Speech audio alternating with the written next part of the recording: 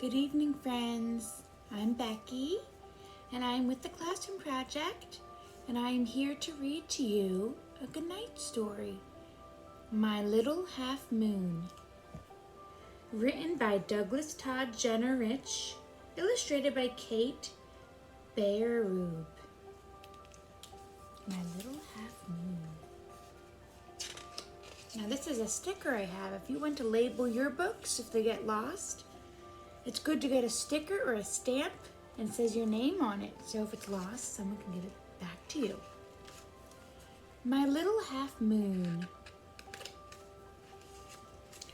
One night, I looked up at half of the moon and I hoped to myself that the other half soon would please stop its hiding and come out to play. I hoped myself into the very next day. And when daytime got sleepy and nighttime woke up, I made some hot cocoa and filled up my cup. I went to the yard and looked at the sky to see the moon's other half had arrived. Sadly, it hadn't, and a thought came to me, how lonely a half of a moon he must be. No one to glow with, and everyone knowing how sad is the face that the half a moon's showing.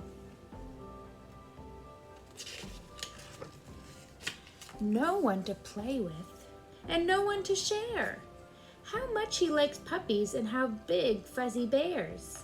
How much he likes ice cream and chocolate and pie, which is funny because don't you know, so do I. From that moment on, I decided to stay every night with the moon and a PB&J till the sun came back up and the stars went away, and my little half moon was a moon all the way.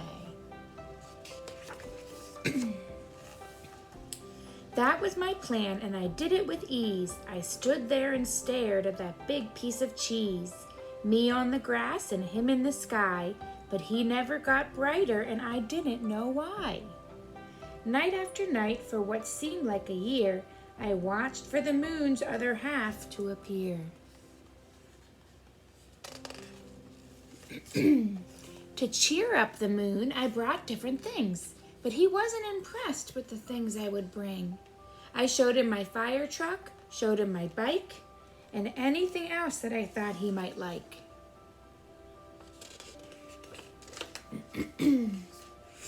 A kitten, a cricket, a frog with a tail, a lizard, a beetle, a slug, and a snail.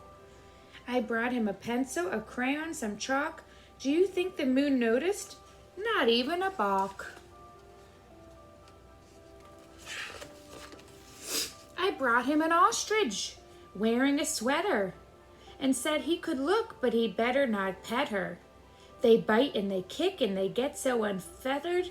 I was risking my life and my limbs just to get her.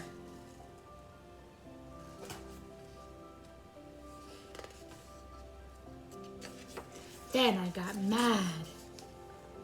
What else could I do? Moon, what's the matter? I'm talking to you. I brought you a lolly, a purple kazoo, a peacock, a pumpkin, a bamboo canoe, a marshmallow dripping in chocolate fondue. But you're still just a half of a moon in the sky. Hey, I'm talking to you. I want to know why.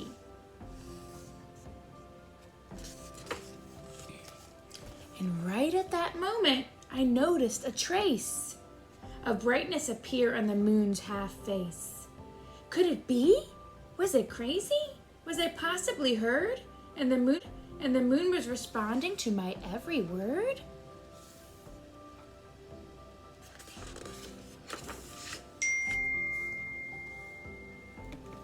People like talking, so why not the moon? I gave him attention from midnight till noon. I read him some books and reminded him how important he was to the bats and the owls, the wind and the seas, and the seasons and trees, and oh, how important to little old me.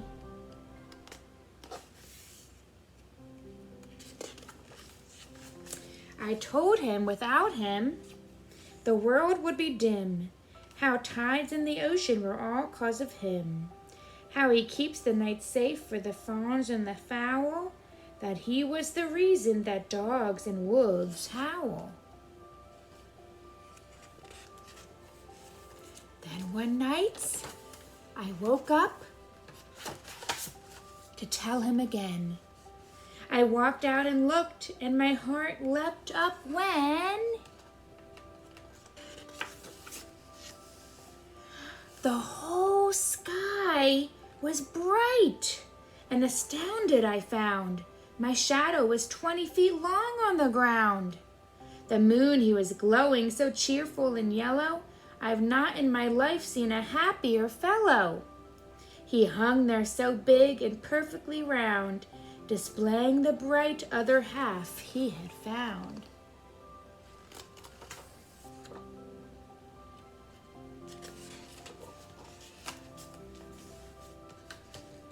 It worked, I had done it. I just took some talking. I stopped and I chatted rather than walking.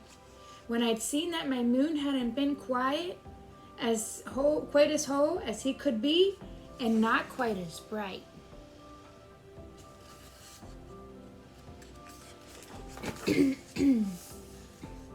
So at least in my yard, and at least on this night, you'd think it was noon, the night sky was so bright. The moon stopped his hiding to come out to play, and if you ask me, it's better that way. When something is half, I will help find the rest, for a half moon is nice, but a full moon is best.